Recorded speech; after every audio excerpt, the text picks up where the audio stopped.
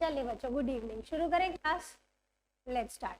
सो हमने question number 33 तक cover कर लिया था लास्ट लेक्चर में, where in we were doing inventory turnover. Let's move to 34th question.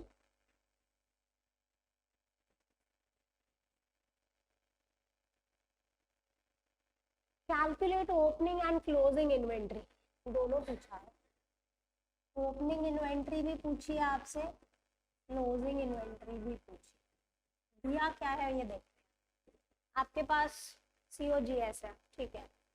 Inventory turnover ratio भी है, ठीक है।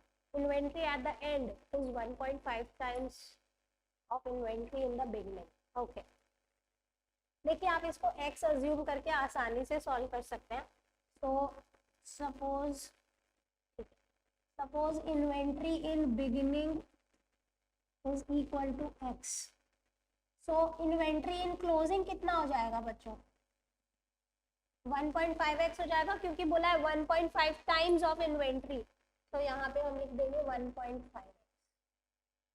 ओके अब आते हैं अपने फॉर्मूला पे। इन्वेंट्री टर्नओवर रेशियो का फॉर्मूला लिखते हैं।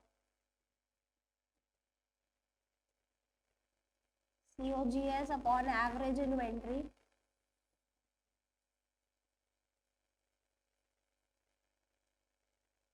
इन्वेंट्री टर्नओवर रेशियो 8 है। COGS आपको दिया गया है, that is directly given 2 lakh. Average के लिए क्या करेंगे बच्चों? Opening plus closing divide by 2। So x plus 1.5x, x कितना आया? 20। तो वो कितना हो जाएगा? 30।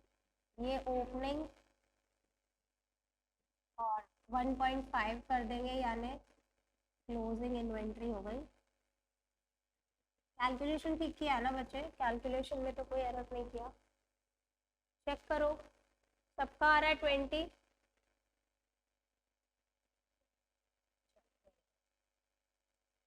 Moving to next.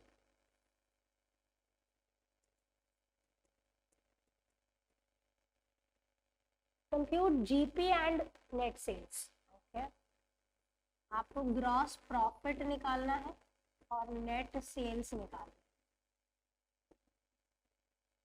इंफॉर्मेशन हमारे पास क्या क्या है देखते हैं।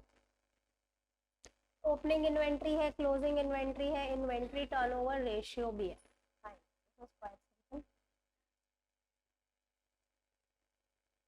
इन्वेंट्री टर्नओवर रेशियो का फॉर्मूला लगाइए, which is COGS upon average inventory.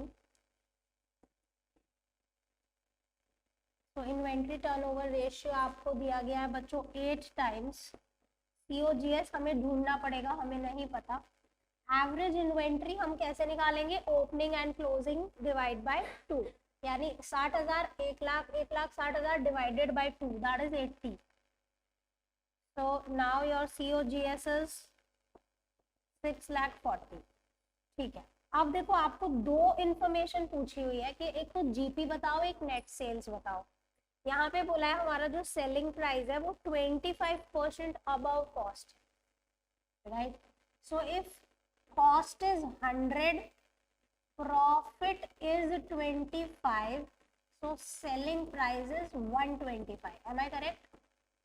Am I correct in saying this? आपको बोला है 25% above cost, so I assumed my cost to be 100, this to be 25, and the selling price to be 125.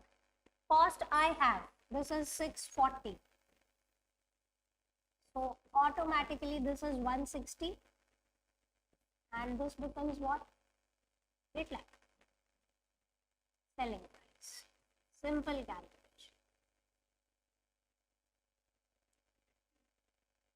आप यहाँ पे x भी assume कर सकते थे कि x है 0.25 है और 1.25x।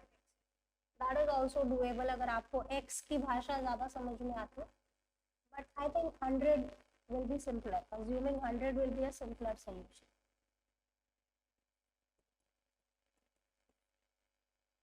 Moving further, can I scroll? Calculate opening and closing inventory. Fine. बच्चों ये जो लैंग्वेज दी होती है ना ये बहुत इंपॉर्टेंट है। जैसे पिछले क्वेश्चन में बोला था 1.5 times of inventory in the beginning, यहाँ पे थोड़ी सी लैंग्वेज चेंज है, इसे ध्यान से पढ़िएगा। तो again you are said calculate opening inventory and closing inventory.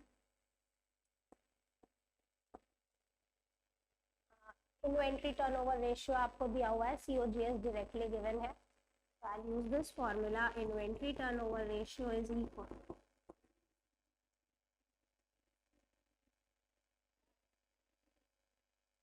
just give me a moment bacha, I must hear you what you are trying to say. 2.5 times more than that of the, so 3.5x हो जाएगा। हाँ correct interpretation। Inventory turnover हमें 5 दिया हुआ है, COGS हमें 18,90,000 1890 दिया हुआ है, एंड एवरेज इन्वेंट्री बच्चों यू आर गिवन हमें निकालनी है। तो एवरेज इन्वेंट्री में हम क्या करेंगे, ओपनिंग को हम अज्यूम करेंगे x, तो क्लोजिंग क्या हो जाएगा, देखो inventory at the end is equal to 2.5 times more than that. देखो सिर्फ 2.5 टाइम्स होता तो हम क्या करते 2.5x ले लेते, बट यहाँ पे बोला है 2.5 टाइम्स मोर, यानी हमें x में 2.5x प्लस करना होगा, so that is 3.5x। Now we have opening and closing. We will solve this equation, x plus 3.5x upon 2. लड़ाई 1,68,000 आ रहा है x पक्का, तो x इज इक्वल टू 168, यानी हमारा ओपनिंग है 168, तो क्लोजिंग कितना होगा 3.5 से मल्टीप्लाई करो,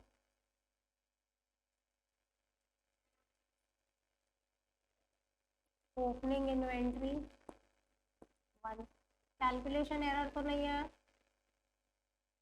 क्लोजिंग इन्वेंट्री 3.5 से मल्टीप्लाई करते हैं जल्दी जल्दी। Yes Deepak, you should be sorry for this. Thank you for typing sorry in the chat window. Okay,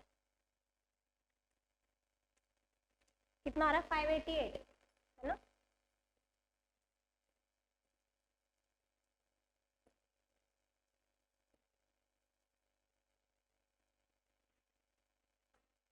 चलिए इतना नोट करें, जिसका ये नोट हो गया है can try for next.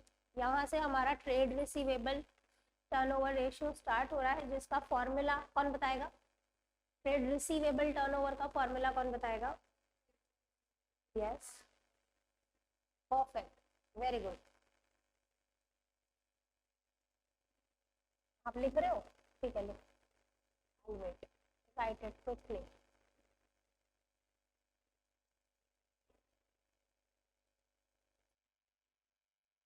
Okay, assuming that everybody noted, I'll move forward to question number what 27. Calculate trade receivable turnover ratio, you are given net credit sales, you are given debtors bills receivable। देखो आपके पास opening closing कुछ भी नहीं है, तो इसका total आप ले लो and assume this to be average only, you are not given anything else, so net credit sales upon is equal to net credit sales upon average।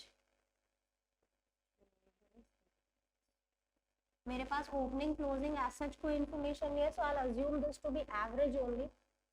Net credit sale is 120, total of this is 20, this is 6 times, यानी हमारे debtor साल में 6 बार पैसे पे करते हैं। Can you tell me the average collection period on the behalf of this, ये ratio use करके 12 अपॉन व्हाट 2 मंथ्स, करेक्ट। देखो यहाँ पे पूछा नहीं है आपसे, बट मैं कैलकुलेट करवा देती हूँ। अगर मान लो आपको बोला होता कि एवरेज कलेक्शन पीरियड भी बताओ, तो कैसे कैलकुलेट होता। Again it is not a part of your question, but extra में यहाँ पे लिख दूँ। एवरेज कलेक्शन पीरियड अगर आपसे पूछा होता तो इसका फॉर्मूला होता, अगर आप मंथ्स में चाहते हैं तो 12 divide by trade receivable turnover ratio, अगर आप डेज में चाहते हैं तो 365 divide by turnover ratio. Right now I am calculating in months only, so 12 divide by 6, 2 months is the average collection period. कहने का मतलब 2 महीने में हमारे डेटर्स से ऑन एन एवरेज पैसे कलेक्ट हो जाते हैं. चलिए इतना नोट डाउन करें, note this as extra, and those who are done with the noting part can move to next. Calculate trade receivable again. We got to finish this questions today itself. So थोड़ा हमने इसका सम कर लिया, assuming that ये average ही है, correct. चलिए इतना note करें.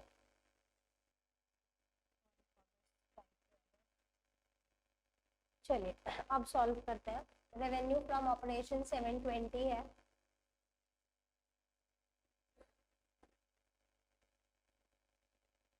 अब ये रेवेन्यू फ्रॉम ऑपरेशन जो है बच्चों ये टोटल सेल्स है, ठीक है. Total net sales is 720 minus अगर आप करेंगे कैश सेल्स तो आपको क्रेडिट सेल्स मिल जाएंगी, जिसकी हमें जरूरत है इस आंसर के लिए. क्रेडिट सेल्स कितनी आ गई? 540. ठीक है, अब हम इसे सॉल्व करते हैं. Trade receivable turnover ratio is equal to net credit sales upon average trade receivables. Net credit sales हमारी 540 है, एवरेज ट्रेड रिसीवेबल्स हमारे 120 है. इसका आंसर बताओ बच्चों.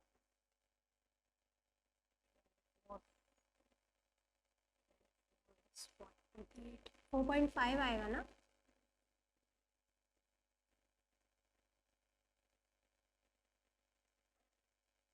Can you calculate average collection period with this? Again, it is not asked. Average collection period. अब इसे days में निकालो, कितने डेज में कलेक्ट हो जाते हैं पैसे. So I'll write 365 divided by trade receivable turnover ratio. 365 को 4.5 से डिवाइड करो, डेज में आपको मिलेगा एवरेज कलेक्शन पीरियड.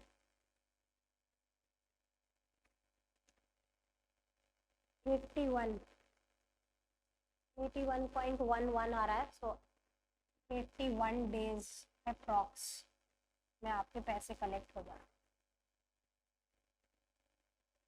मतलब 81.11 आ रहा है. सो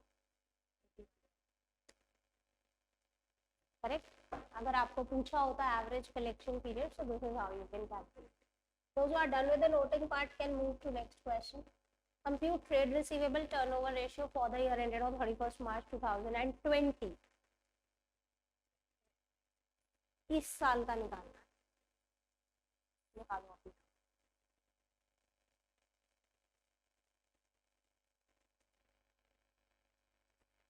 हाँ जी, चलिए बताइए कैसे किया सॉल्व.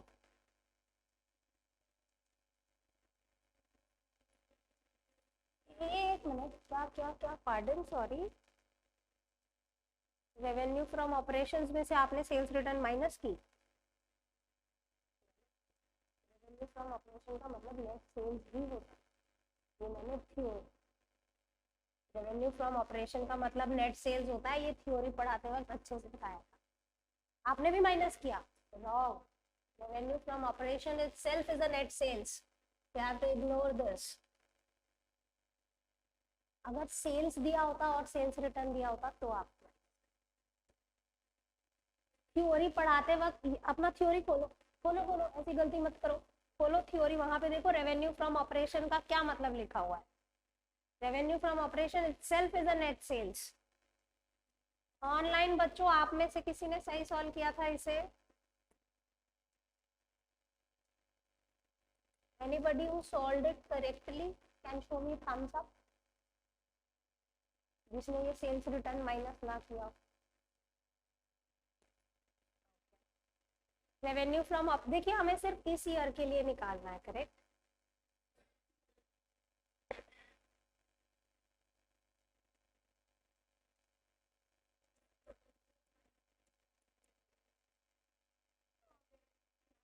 यहाँ पे कुछ दिया नहीं है तो हम मान लेंगे ये सारी क्रेडिट से।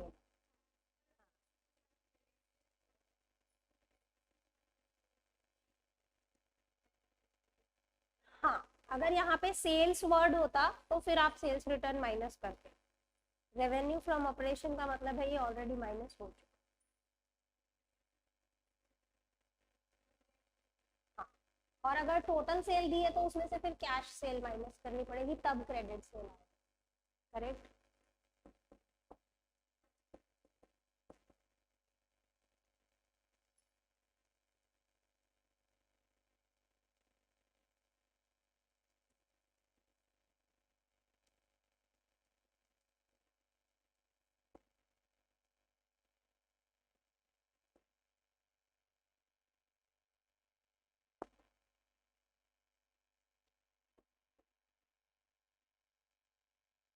एवरेज ट्रेड रिसीवेबल कैसे निकाले बच्चे आपने?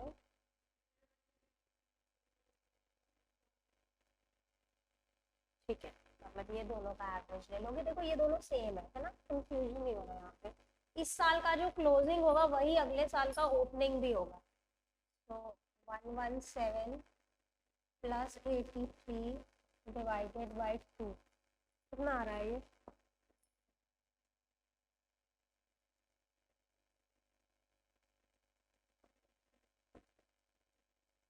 एवरेज कलेक्शन पीरियड भी निकालो डेज में, डेज में निकालो average collection period.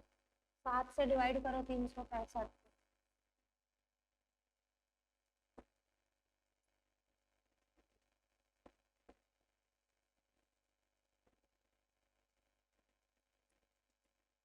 Fifty to approx 52 days, ठीक है। चलिए इतना नोट करें जिसका ये हो गया। Can move to next. A firm normally has a trade receivable equal to 2 months credit sales. During the coming year, firm expects a credit sale of 7,20,000 spread evenly throughout the year. What is the estimate of trade receivables at the end of year?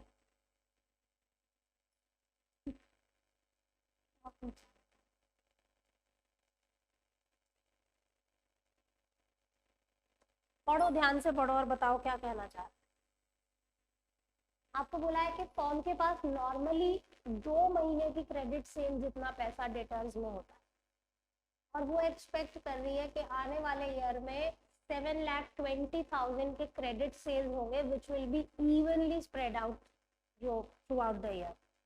तो अब बताओ कि 2 महीने का कितना होगा। सोचता होगा इसके लिए क्या करना है। Okay, I will explain it. A firm normally has a trade receivable equal to 2 months of credit sale, यानी इसके हमेशा डेटर्स में कितने पैसे होते हैं? 2 महीने की क्रेडिट सेल जितने पैसे हमेशा डेटर में फंसे होते हैं। कहने का मतलब इसका जो वो है क्रेडिट पीरियड है वो 2 मंथ्स का है, राइट। नेक्स्ट ईयर ये लोग एक्सपेक्ट कर रहे हैं कि क्रेडिट सेल होगी 7,20,000 which is spread evenly through out the year. Evenly through out the year का मतलब है equally spread through out the year, यानी पूरे साल में अगर 720 है, एक महीने की कितनी 60,000, तो 2 महीने का कितना होगा? आंसर है।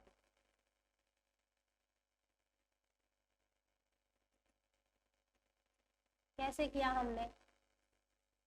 7,20,000 into 2।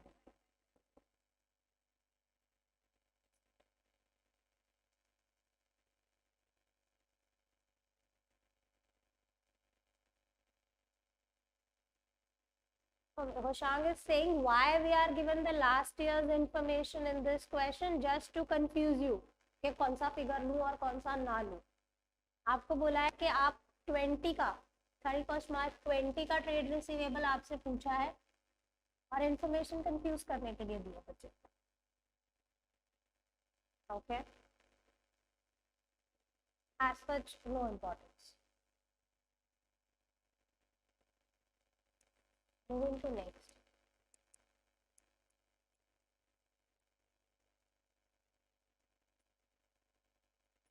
A limited company made a credit sales of 4 lakh during the year. Okay.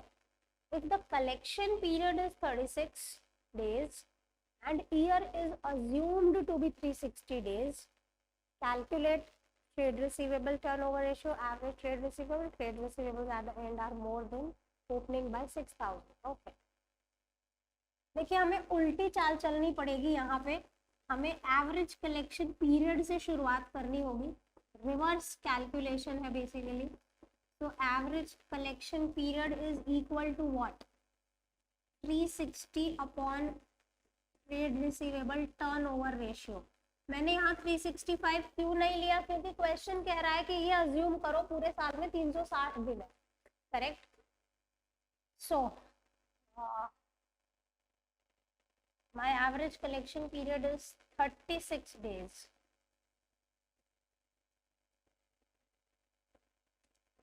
तो हमारा यहाँ पे ट्रेड रिसीवेबल टर्नओवर रेशियो हो गया 10. ठीक है. कितनी इंफॉर्मेशन हमें मिली? Yes 10. So now we'll use this formula. Trade receivable turnover ratio is equal to what? Credit sales upon average trade receivables. This is 10. Credit sales are given 4 lakh.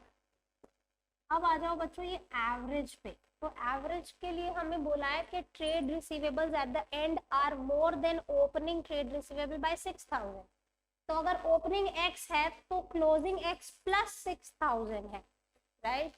So if opening is x then closing is x plus 6,000. Just divide by 2. Solve this equation and tell me. 36 आएगा. 36 and what? कितना आएगा?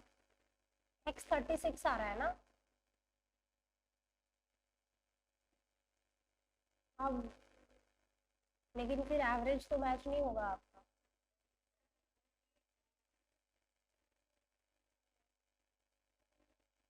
$740. हाँ 37 आएगा. 37 plus 6 43 और average 40. हाँ ठीक है 37 आ. So opening आपका 37 है और क्लोजिंग इसमें 6,000 प्लस करके यानी 43 आए.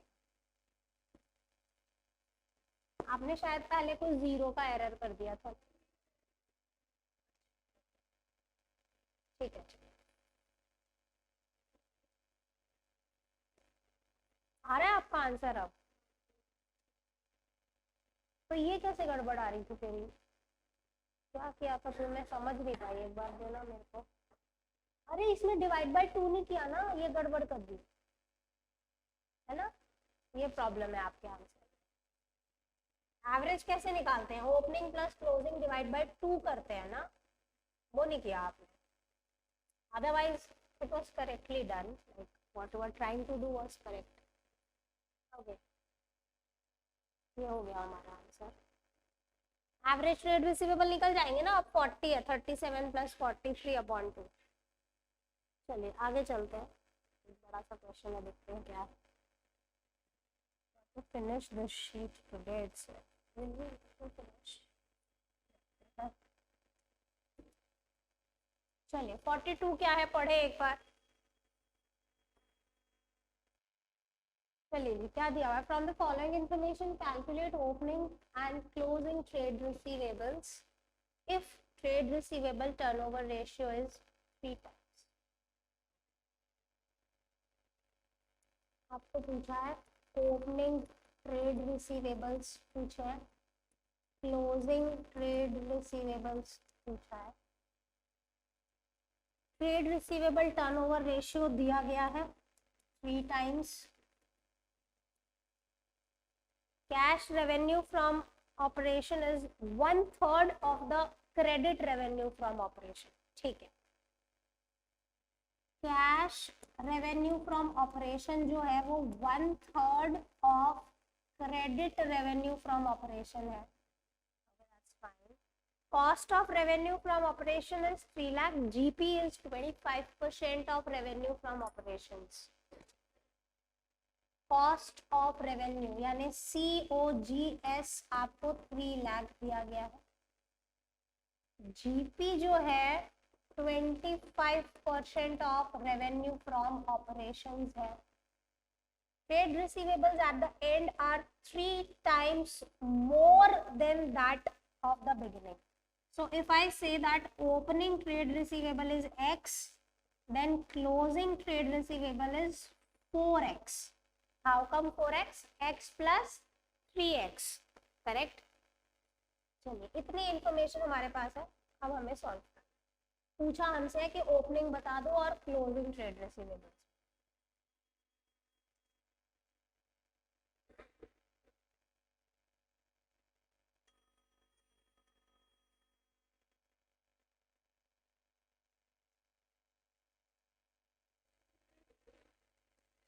मुझे नहीं पता था, बच्चों को पता होता. एनीवेज चलिए moving back to this. Sorry it was important. Yeah so opening trade receivable है, क्लोजिंग ट्रेड हमें ढूंढने हैं. देखिए बड़ा सिंपल सा है. यहाँ पे अगर आप इसे सॉर्ट आउट कर लोगे तो आपकी कहानी यहाँ पे खत्म हो जाएगी. आपके पास देखिए cost of goods sold plus अगर हम ग्रॉस प्रॉफिट कर दें तो हमें रेवेन्यू फ्रॉम ऑपरेशन मिल जाएगा. सही है. Cost plus profit is equal to sales होता है. करेक्ट. आपके पास बोला है कि जो हमारा जीपी है वो 25% of revenue from operation. So if revenue from operation is 100, this is 25, so this automatically becomes 75. Correct. And now you have this 75% amount, that is 3 lakh. Can you calculate the rest? है ना. 75% amount अगर 3 लाख है तो 100% amount कितनी होगी? That is 4 lakh. यानी हमारा जो टोटल रेवेन्यू फ्रॉम ऑपरेशन है वो कितना है? 4 लाख. अब इसमें कैश भी है और क्रेडिट भी है. हमें इसको अलग करना होगा. कैसे अलग करेंगे बताओ?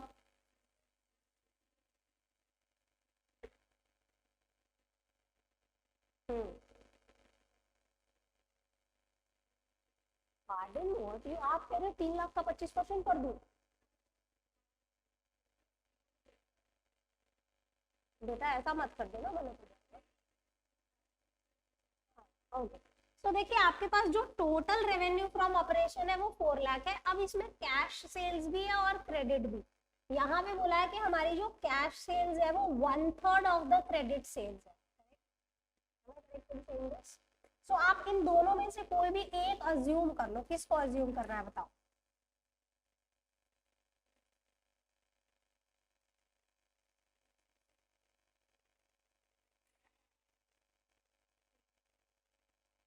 One third of credit sales है ना. तो अगर आप कैश को लोगे तो वो 3x भी तो कर सकते हो. इजी हो जाएगा है ना. अगर आपकी कैश सेल x है तो क्रेडिट 3x है. सही है. करेक्ट. 1/3 हो गया ना अपने आप. सो x plus 3x is equal to 4 lakh. X is equal to what? 1 lakh. और आपकी क्रेडिट सेल कितनी हो गई? 3 lakhs. अब आपके पास सोल्यूशन हो गया. Trade receivable turnover ratio is equal to net credit sales upon average trade receivables. हमें रेशियो दे रखा है 3.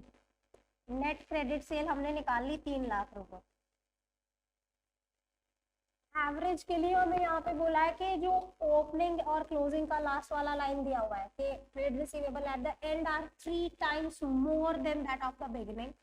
सो x plus 4x divide by 2. करो solve.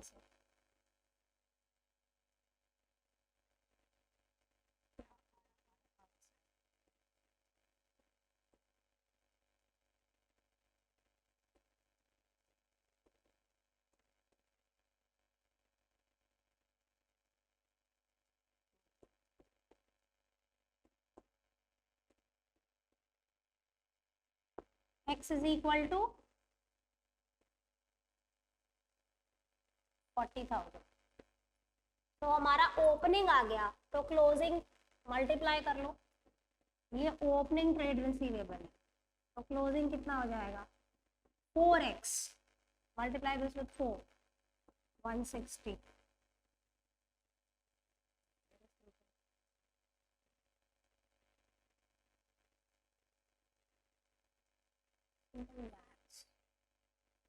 The only thing is how to proceed, that's it। करें scroll करें या कोई question हटा दो यहाँ से।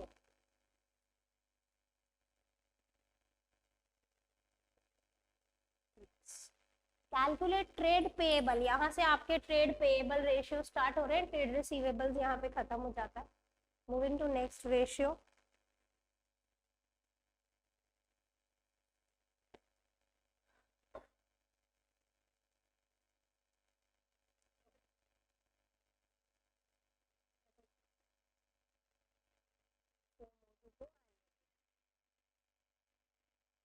क्विकली करते हैं सॉल्व। बच्चों ट्रेड पेएबल का फॉर्मूला क्या था, अपॉन एवरेज ट्रेड पे, परफेक्ट।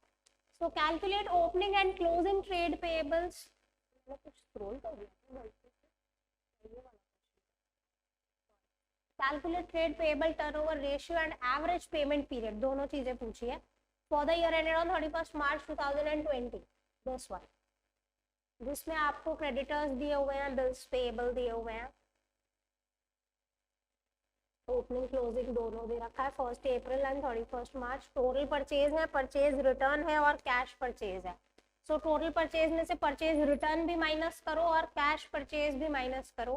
सो आपकी जो क्रेडिट परचेजेज आएंगी, ट्रेड पेएबल टर्नओवर रेशियो का पहले फॉर्मूला लिखो, is equal to net credit purchases upon average trade payables. तो बच्चों नेट क्रेडिट परचेज के लिए आप टोटल परचेज में से परचेज रिटर्न भी माइनस कर दीजिए, कैश भी, तो ये कितना हो जाएगा 16 लाख की आपकी नेट क्रेडिट परचेज हो गई। और एवरेज के लिए आप क्या करेंगे, opening plus closing divide by 2। और ट्रेड पेएबल में ये दोनों चीजें इंक्लूडेड होती है, एज इन क्रेडिटर्स भी बिल्स पेएबल। तो मेरा ओपनिंग हो गया 2 लाख, क्लोजिंग हो गया 6 लाख, 2 + 6 दैट इज 8, एवरेज हो गया 4 लाख। इसकी वर्किंग नोट में यहाँ बना देती हूँ, opening plus closing divide by 2। Opening हमारा ये दोनों मिला के 2 लाख है, क्लोजिंग दोनों मिला के 6 लाख है, divide by 2।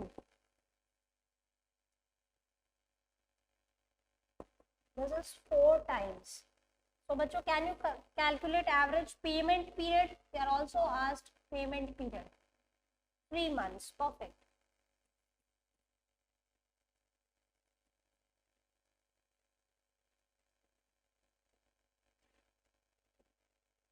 Twelve upon trade payable turnover ratio. If you want to calculate in months, if you want in days, just use 365 instead. On an average, we pay to our creditors within 3 months. Okay. Next.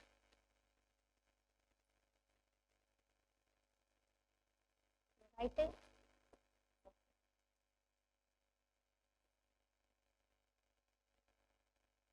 बच्चों ये बिल्कुल same question है जो हमने अभी किया था, जो रिसीवेबल्स में किया था, ये पेएबल्स का क्वेश्चन है। द ओनली डिफरेंस इज वो रिसीवेबल था, ये पेएबल था। ये अपने आप होमवर्क में करोगे इसको, is it okay?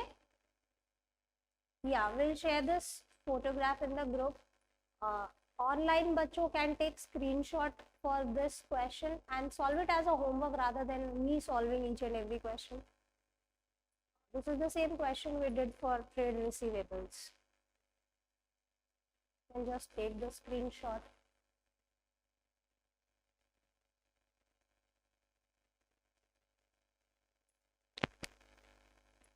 Jump to working capital. You're still writing, Mr. Raj? Done with this?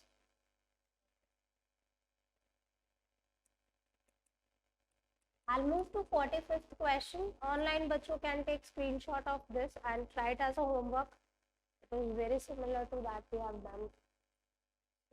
Calculate working capital. क्या फॉर्मूला था बच्चों बताओ?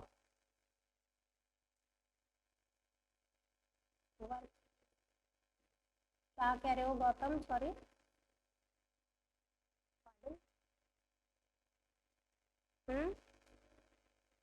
सेल्स अपॉन वर्किंग कैपिटल, और अगर हमारे पास सेल्स नहीं है तो हम सीओजीएस का भी यूज कर सकते हैं. Correct. So working capital turnover ratio is equal to COGS upon working capital. 1 lakh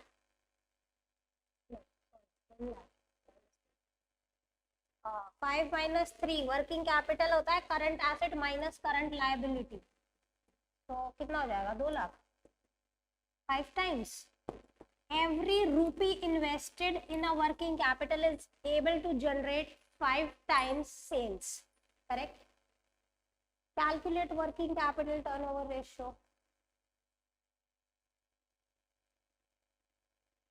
चलिए,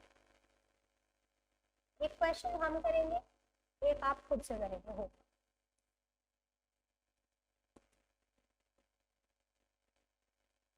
next class maybe will be able to finish, क्योंकि हमारा सिर्फ प्रॉफिटेबिलिटी रेशियोज रहते हैं. If not next class, 2 more classes and we are done with this. Correct. चलिए, very good. क्या अभी इसमें ना वो 2 नए वाले जो रेशियोज ऐड हुए थे वो हम नेक्स्ट लेक्चर में ले लेंगे. ठीक है. उसके 2-3 क्वेश्चंस में करवाऊंगी. शायद कुल मिला के बुक में है ही 5-7 क्वेश्चन, उससे ऊपर है ही. Calculate working capital turnover ratio.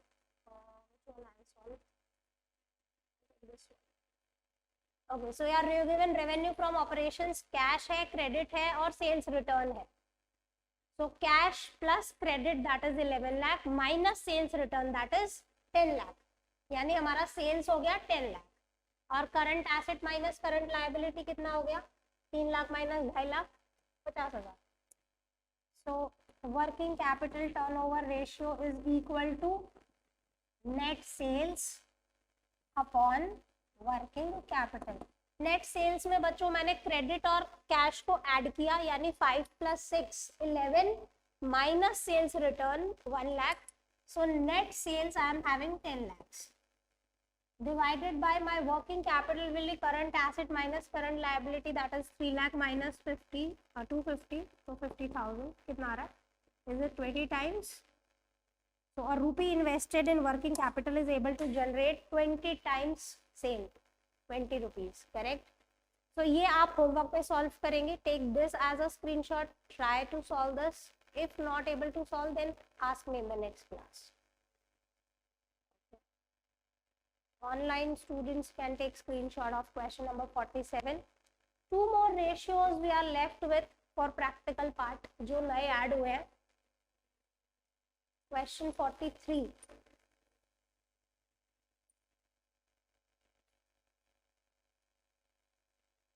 Read question 43. The one I gave as homework. I hope आपको समझ में आ रहे रेशियोज, इंटरप्रेट भी समझ में आ रहा, खाली हम रट नहीं रहे चीजों को. ठीक है.